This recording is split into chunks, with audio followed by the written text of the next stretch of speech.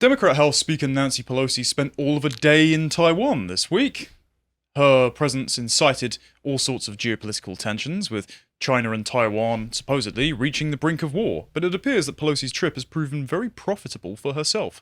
Let's see how the House Speaker, very unpopular as she is, advanced the Chinese Thucydides finger trap, shall we?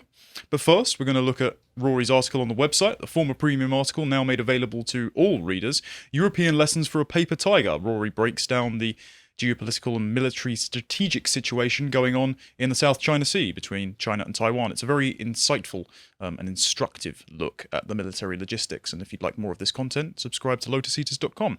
So let's look at the state of China, shall we?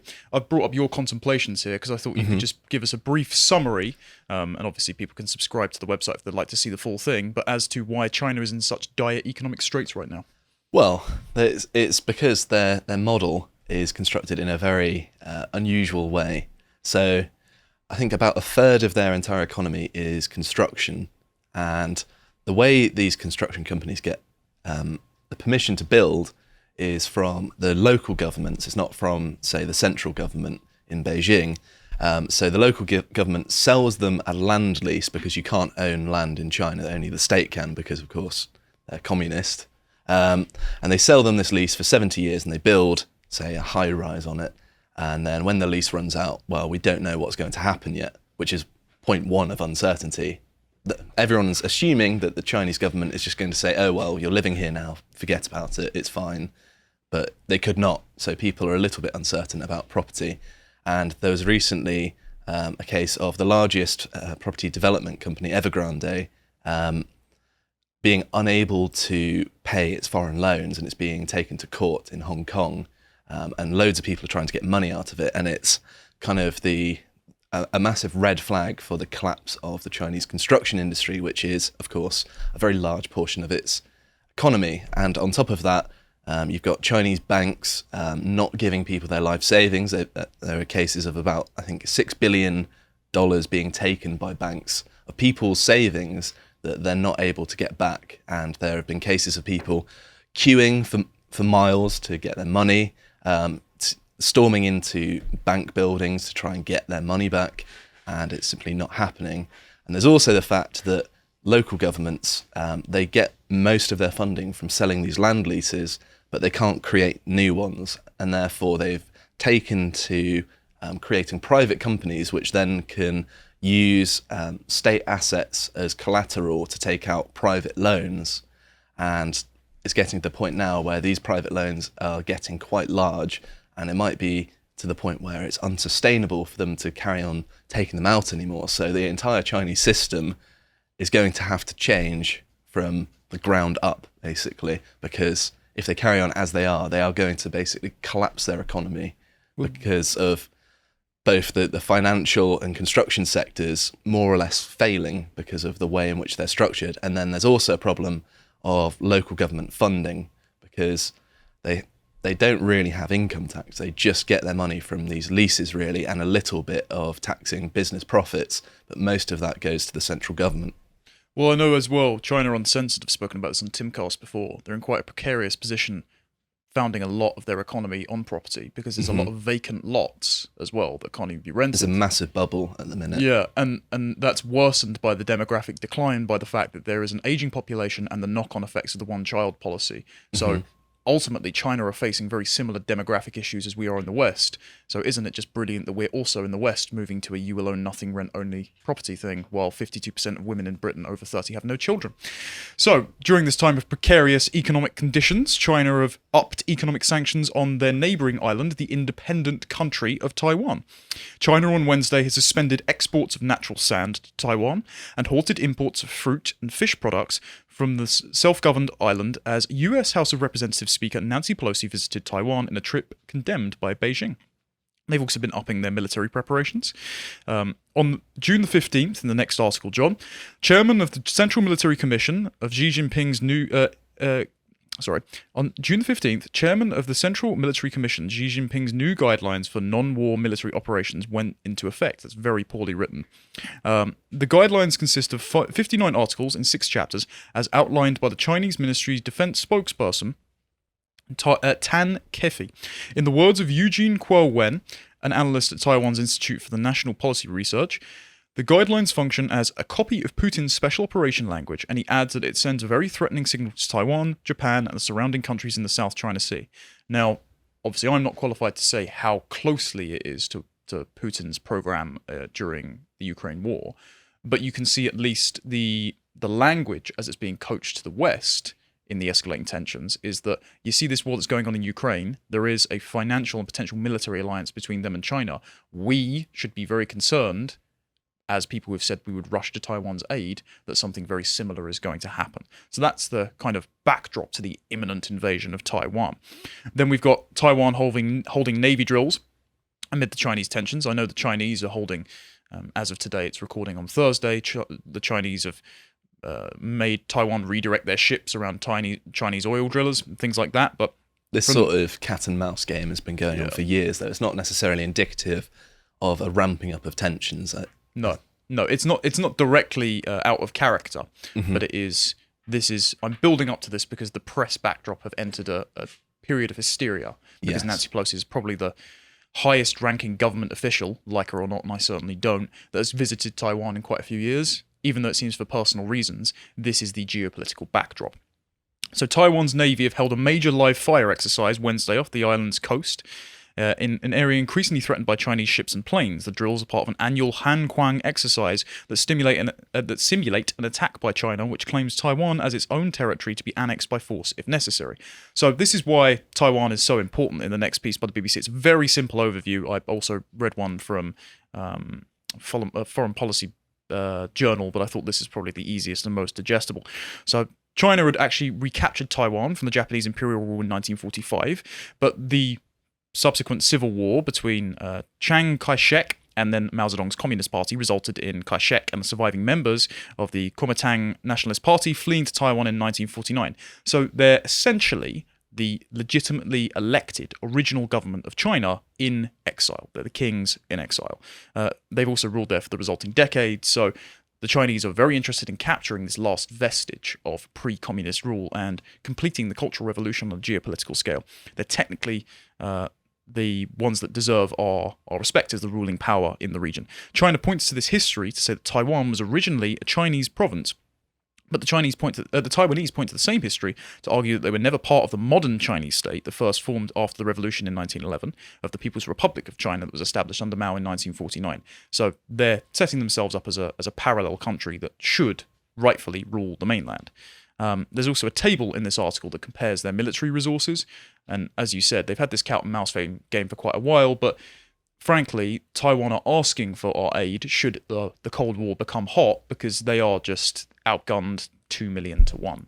They do, however, have a very good defensible position. I think Rory goes into great detail about this, that actually the Chinese would lose so many men and vehicles and all of that sort of thing that it almost wouldn't be worth invading in the first place.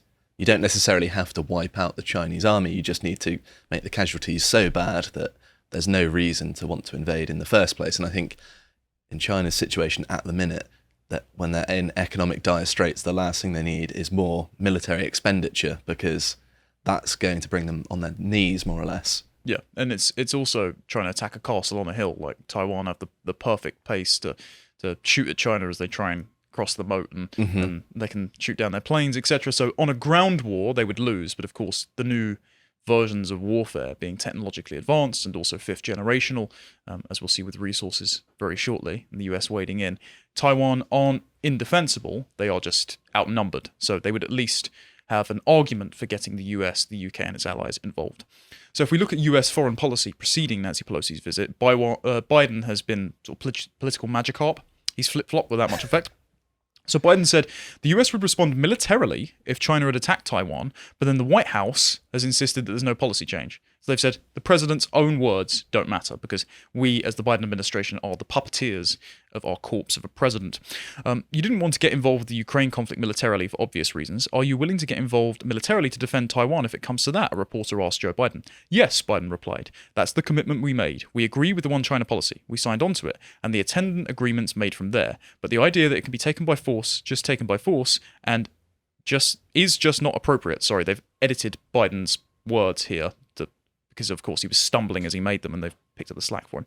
Under the One China policy, the US acknowledges China's position that Taiwan is part of China, but has never officially recognized Beijing's claim to the self-governing island of 23 million. The US provides Taiwan's defensive weapons, but has remained internationally ambiguous on whether or not it would intervene militarily in the event of Chinese attack. Biden also, very interestingly, I believe he was the first president to have a Taiwanese ambassador at his inauguration ceremony. So even though he has demonstrated business interests with his son in China, the administration is actually taking a quite self-contradictory line on Taiwan having national sovereignty. But then in February 2021, and I covered this at the time for an article in a different outlet, there was a CNN presidential town hall in which Biden said this.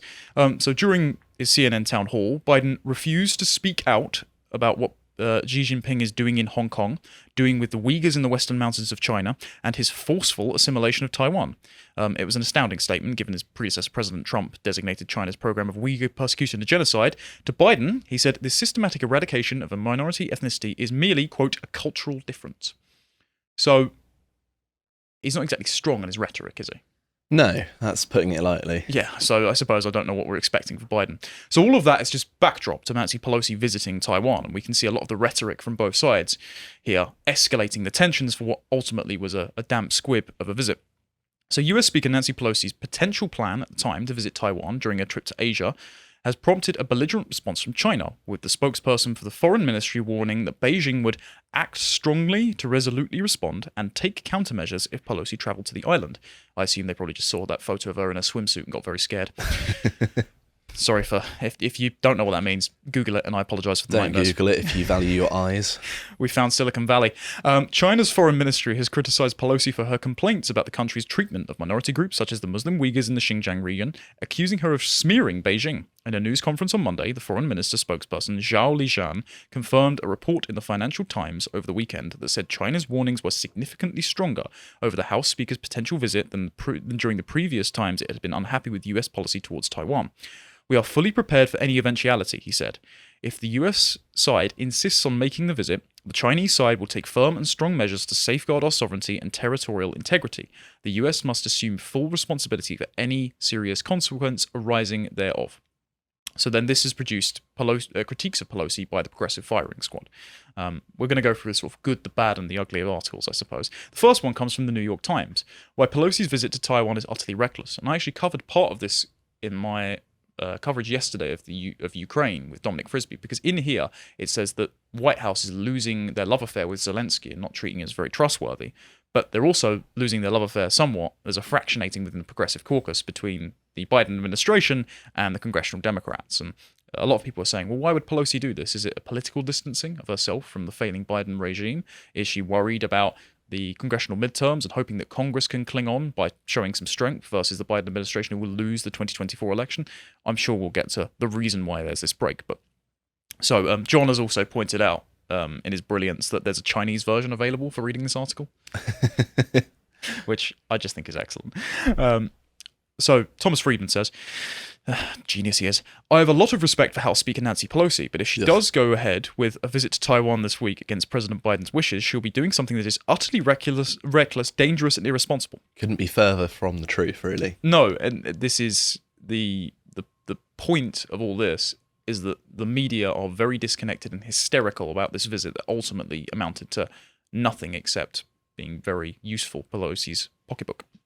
By visiting, Pelosi will actually give President Xi an opportunity to divert attention from his own failures, a whack-a-mole strategy of trying to shut down the spread of COVID-19 by using lockdowns on China's major cities. Are you for real? Really? Whack-a-mole strategy that you're now criticizing when you locked down the entire country and crashed the global economy by copying China in the first place. I hate these people. A huge real estate bubble that is now deflating and threatening a banking crisis, as you said, and an immense amount of government debt resulting from Xi's unrestrained support for state-owned industries. Again, staggering when the Stop Inflation Act and Biden's stimulus plans and bailing out tons of businesses supported by the Democrats and the money printing has basically pushed your country to the same brink of collapse. It's just utterly ridiculous. There are moments in international relations where you need to keep your eye on the prize. Today, that prize is crystal clear. We must ensure that Ukraine is able, at a minimum, to blunt and at a maximum, reverse Vladimir Putin's unprovoked invasion, which, if it succeeds, will pose a direct threat to the stability of the whole European Union. So, again, Pelosi is distracting from the one war we want to wage by potentially starting another one. They're starting a war on two fronts, even though these tensions have been pretty consistent. And I would argue the invasion of Taiwan is not going to be provoked by Nancy Pelosi. It's probably inevitable, but it definitely hasn't been kickstarted off now. It's not going to happen in at least the coming 5 years. I mean, the Chinese economy's got a long way to go. Militarily, they've got a long way to go. And I don't see them recovering quickly anytime soon. Well, she's not going to be the Archduke Franz Ferdinand that kicks this whole thing off. Yeah. Biden, It's a shame. We disavow. Biden, according to a senior US official, personally told President Xi Jinping that if China entered the war in Ukraine or on Russia's side, Beijing would be risking access to its two most important export markets, the United States and the European Union, also the UK, considering we have displaced Germany with China over the course of the pandemic as our leading trade partner. What a great way to reward your enemies. China is one of the best countries in the world at manufacturing drones, which is precisely what Putin's troops need right now. Very telling. According to Chinese news reports, President Xi told Biden on their phone call last week, alluding to the US's involvement in Taiwan affairs, such as a possible Pelosi visit, whoever plays with fire will get burned. I find it amusing that a communist state excels in making drones. I mean, there's a bit of poetic irony there. Yeah, there is. And also, if we're going to ever get Skynet, I think it's going to come out of the inhuman hellhole that is China. So if we go on to the next article, some more slightly reasonable takes from a guest essayist who actually works for... what was it called? It's Bonnie Escalating of the Asia program at the German Marshall Fund for the United States.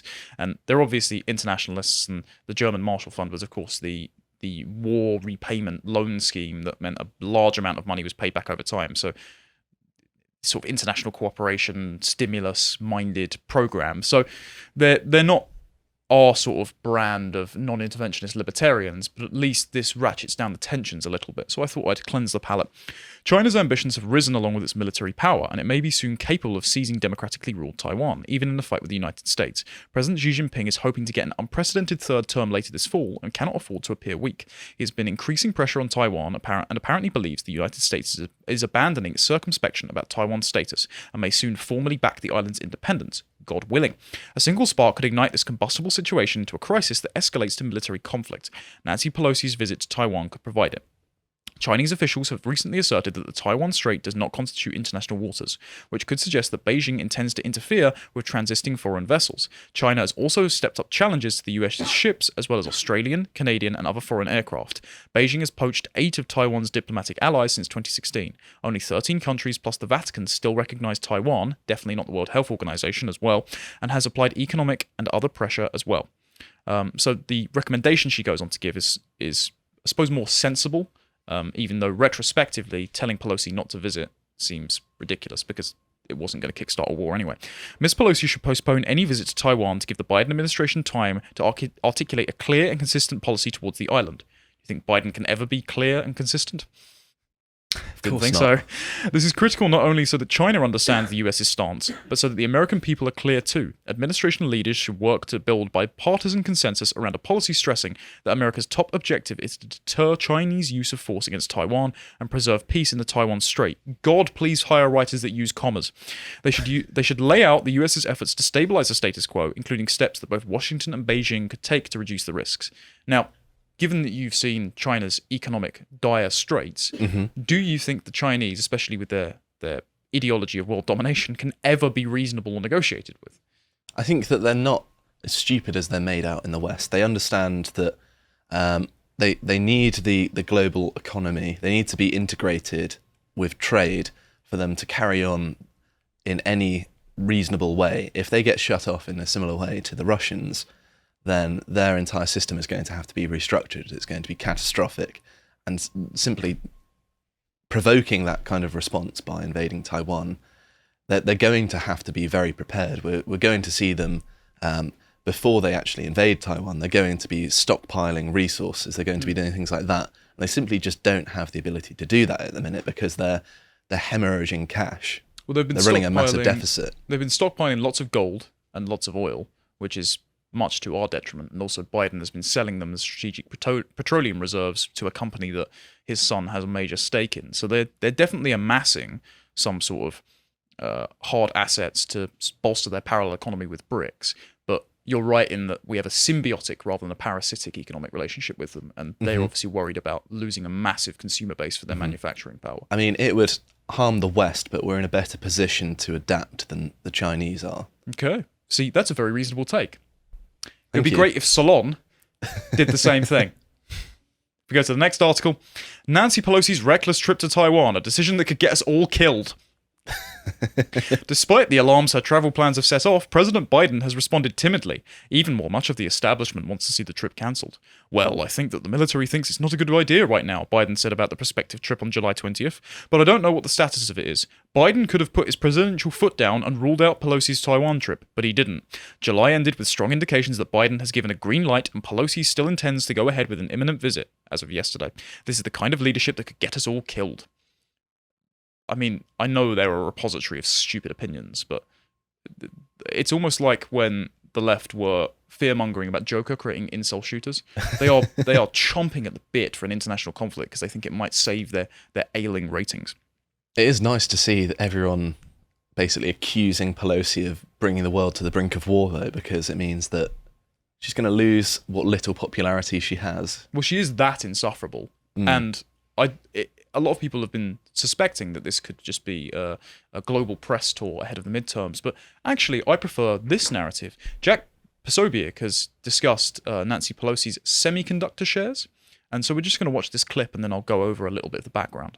Semiconductor swindle continues. Inside trader, Speaker of the House Nancy Pelosi, and her husband, who just got caught in an insider trading deal for semiconductors, which are manufactured where?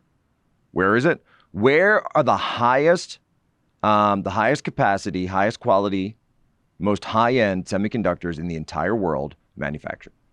If you answer that question, you will understand what's going on with Speaker Pelosi's trip to Taiwan and why this is happening. All the military theater, the saber rattling, everything that you're seeing, it's kabuki theater. I know kabuki's Japanese, but go with me on this. It's kabuki theater. Because what's happening here is that this is a pump and dump scheme, her and her husband. Now, they got caught, so they had to dump the stock before this all played out. But it was about subsidies to NVIDIA. It was about subsidies for semiconductors, the CHIPS Act that was just passed. That's what this has done. And if you don't understand that this is about her and her husband and their crooked family selling out our country and selling out, by the way, the people of Taiwan and the people of China at the same time, because of course they're deep in bed with the CCP and CCP-tied companies on other deals, then you're not paying attention. And that's what we do here on Human Events Daily. This is not one of those cable networks where we're just breathlessly reporting, and the fighters are in the air, and Pelosi, and she's on the tarmac, and she's here, and she's there, and we're paying attention to all that. But this is signal, not noise. And you may have picked that up from the war room. Signal, not noise. Follow the money. It's about the hay, not the hype. Speaker Pelosi and her family, they're deliberately exacerbating tensions in Taiwan over this. So, Pelosi's trip has reportedly cost the taxpayer $90 million. Her husband, her and her son have all purchased millions in NVIDIA shares. It would be wonderful if they could bring their graphics card price down then, because I might actually be able to upgrade my PC at some point. Taiwan is also the global headquarters for semiconductor manufacturing capacity. For those who are unaware, semiconductors are they used to be called transistors, but they're these little switches in pretty much every electronic device that allows them to function. There's a global shortage right now, particularly for something like electric cars, given the artificial demand, because the gas prices is really high, because, again, incompetent government policy. The US Congress is set to subsidize repatriated semiconductor manufacturing. This would be, I don't agree with subsidies, neither do you as a fiscal libertarian, but it would be a good idea to repatriate that manufacturing when tensions like these become inflamed, except the US government passed it with direct funding with the CHIPS Act at a time of inflation to build a TSMC factory for semiconductors in Arizona, finishing building next year. The construction's already started. So Nancy Pelosi's single-day trip may have been to go over there to adjust the stock figures with a global semiconductor manufacturer, and then profit off the back of that. So as Sobiech said, she could have indirectly inflamed Taiwanese tensions for good press, but secretly it's so that she could get a lot of cash. And this could actually disadvantage Taiwan economically in the future, because if more Americans manufacture semiconductors, then you withdraw a lot of the economic investment that a lot of other countries have in the nation to then go and defend it against China. So then if it falls, much like Hong Kong has, what do they have the incentive to rush their defense at a time of economic crisis if they're not reliant on it? So she could be undermining international security in not just the faith in Taiwan, but also inflaming the tensions for her own profit. So then President Trump has an amazing take on this. Why is Nancy Pelosi getting involved with China and Taiwan other than to make trouble and more money, possibly involving her insider trading and information for her cheating husband? I love this man. Everything she touches turns to chaos, disruption, and crap. Her second-term big Congress flop happening now. And the China mess is the last thing she should be involved in. She will only make it worse. Crazy Nancy just inserts herself and causes great friction and hatred. She is such a mess. So, I'm sure that insider trading laws would provide a lot of revelatory information on the incredible batting average that Nancy Pelosi has on stock trading. I would love to see congressional Republicans, should they win the midterms, take a look into this octogenarian thief, allegedly. Though I'd just like to point out that I am not suicidal at this point, and all of these things are alleged. And God bless President Trump on his return. Hopefully he can rebalance the foreign policy in the South China Sea. If you appreciated that segment from the podcast of the Lotus Eaters, you can go to lotuseaters.com to get access to all the content we have on the site, such as this video, which is an interview with Edward Jacob Lang, or Jake Lang, a prisoner of January 6. You want to find out what else we're putting out on the website, you can follow us on Getter at lotuseaters_com on Getter. Thank you and goodbye.